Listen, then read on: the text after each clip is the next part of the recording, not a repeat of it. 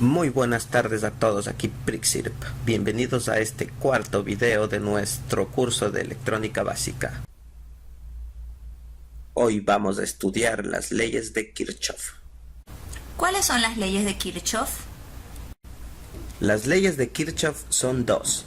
La primera es la ley de voltaje de Kirchhoff y la segunda es la ley de corrientes de Kirchhoff. La ley de voltaje de Kirchhoff, o KVL por sus siglas en inglés, nos dice que la suma de voltajes en una malla es igual a cero, o lo que quiere decir que la suma de los voltajes de los elementos activos es igual al voltaje de los elementos pasivos en una malla. Por otro lado, la ley de corrientes de Kirchhoff, o KCL por sus siglas en inglés, nos dice que la suma de corrientes en un nodo es igual a cero. Como se pudieron dar cuenta en las dos leyes anteriores que vimos, aparecieron unos términos que son los nodos y las mallas. Vamos a ver de qué se trata. El nodo es un punto en el cual dos o más elementos tienen una conexión común. En la figura podemos ver al lado izquierdo un punto donde ingresan varias flechas. A estas flechas las podríamos representar como diferentes corrientes y el punto en sí sería el nodo. Si es que vemos la figura del centro, vemos que hay un punto que une a estos dos capacitores y a esta resistencia. Este sería el nodo, ¿verdad? Pero aquí, en este diagrama, es un poco engañoso. Y a la derecha podríamos ver cómo estaría el nodo señalado en un solo punto. Un ejemplo de cómo ingresan o salen las corrientes de un nodo sería el siguiente. Aquí tenemos una corriente I1 que sale, tenemos una corriente I2 que ingresa en el nodo, tenemos una corriente I3 que sale del nodo y finalmente una corriente I4 que sale del nodo. Entonces entra I2 y salen I1, I3 e I4. Y aplicando la ley de corrientes de Kirchhoff en los nodos tendríamos que las corrientes que salen es igual a las corrientes que ingresan. Entonces vendría a ser que la corriente I2 es igual a la corriente I1 más I3 más I4. Bien, ahora vamos a estudiar lo que son las mallas o lazos. Este tema es un poco más complicado, pero lo voy a tratar de hacer lo más sencillo posible. Lo único que tenemos que tener siempre en cuenta son los signos de los voltajes y la dirección que ponemos a las corrientes. En este diagrama tenemos una sola malla. Esta malla está compuesta por tres elementos. Tenemos dos resistencias y tenemos una fuente. Lo primero que vamos a hacer aquí en esta malla es definir el sentido de la corriente, como lo pueden ver en la imagen. Lo siguiente que vamos a hacer es diferenciar todos los elementos que entregan voltaje y todos los elementos que consumen voltaje. En este caso, las dos resistencias van a consumir voltaje y la fuente va a entregar voltaje. Finalmente vamos a dar los nombres a los elementos R1, R2 y BS. Los signos que vemos aquí obviamente son contrarios. ¿Por qué? Porque la fuente entrega voltaje y las resistencias la consumen. Por lo tanto, en esta malla tenemos un voltaje que es entregado y este voltaje entregado es consumido por estas dos resistencias.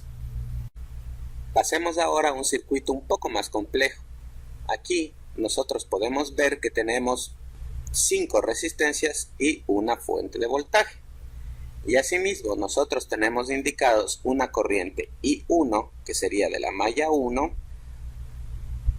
comprendida entre los puntos A, B, E y F, y una corriente I2, que está comprendida entre los puntos B, C, D y E. Pero aquí nosotros también tenemos una tercera malla, que podríamos indicar con una corriente I3, que está conformada por los puntos A, C, D y F. Ahora bien, definidos lo que son los nodos y las mallas, vamos a ver unos ejemplos muy sencillos con respecto a estas dos leyes. Vamos a empezar con un ejemplo de la ley de corrientes de Kirchhoff. En el siguiente diagrama, nosotros tenemos varias resistencias y una fuente de voltaje. Entonces nosotros vamos a definir los nodos más importantes. Aquí tenemos varios nodos definidos y a propósito coloqué un pequeño error en estos nodos. Vamos a ver si es que pueden darse cuenta del error. Lo primero que vamos a hacer es colocar todas las corrientes. Como ven, de la fuente sale una corriente I1 hasta el que nosotros denominamos nodo 1.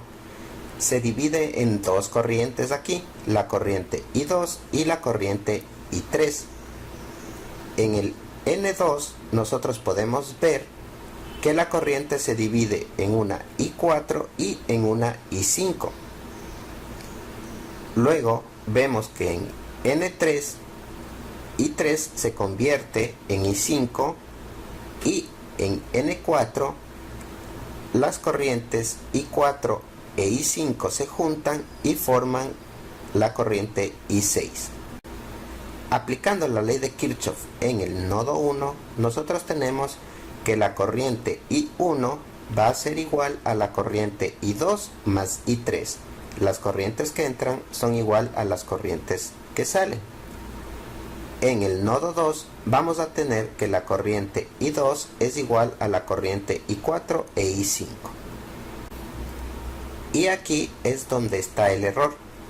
Si recuerdan, en la parte donde está N3 y N4 no tenemos ningún elemento que los separe. Por lo tanto, no existiría un N4, sino que esto sería un N3. Y el nodo 3 vendría dado por I6. La corriente que sale es igual a I4 más I5 más I3. Las corrientes que entran. Aprovechando este ejemplo, vamos a ver algo de conservación de carga.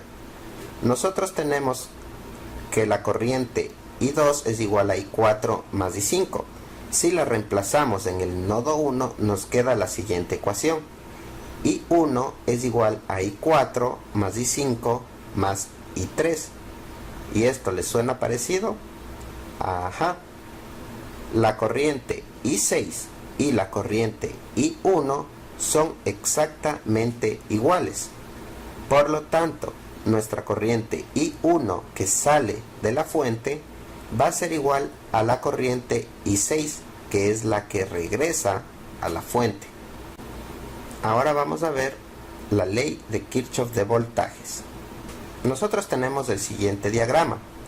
Vamos a colocar letras en los que podríamos llamar puntos principales para identificar todas las mallas posibles en este circuito.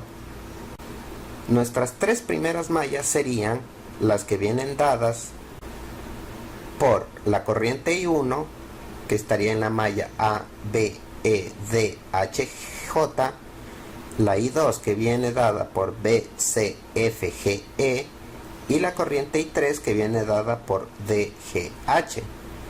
Pero nosotros también tenemos otras mallas, como por ejemplo la corriente I4, que vendría a estar dada por A, B, C, F, G, H, J, y la corriente I5, que está dada por A, B, E, G, H, J. Tenemos también una corriente I6, que es la que se describe, y la corriente I7, que es esta de acá.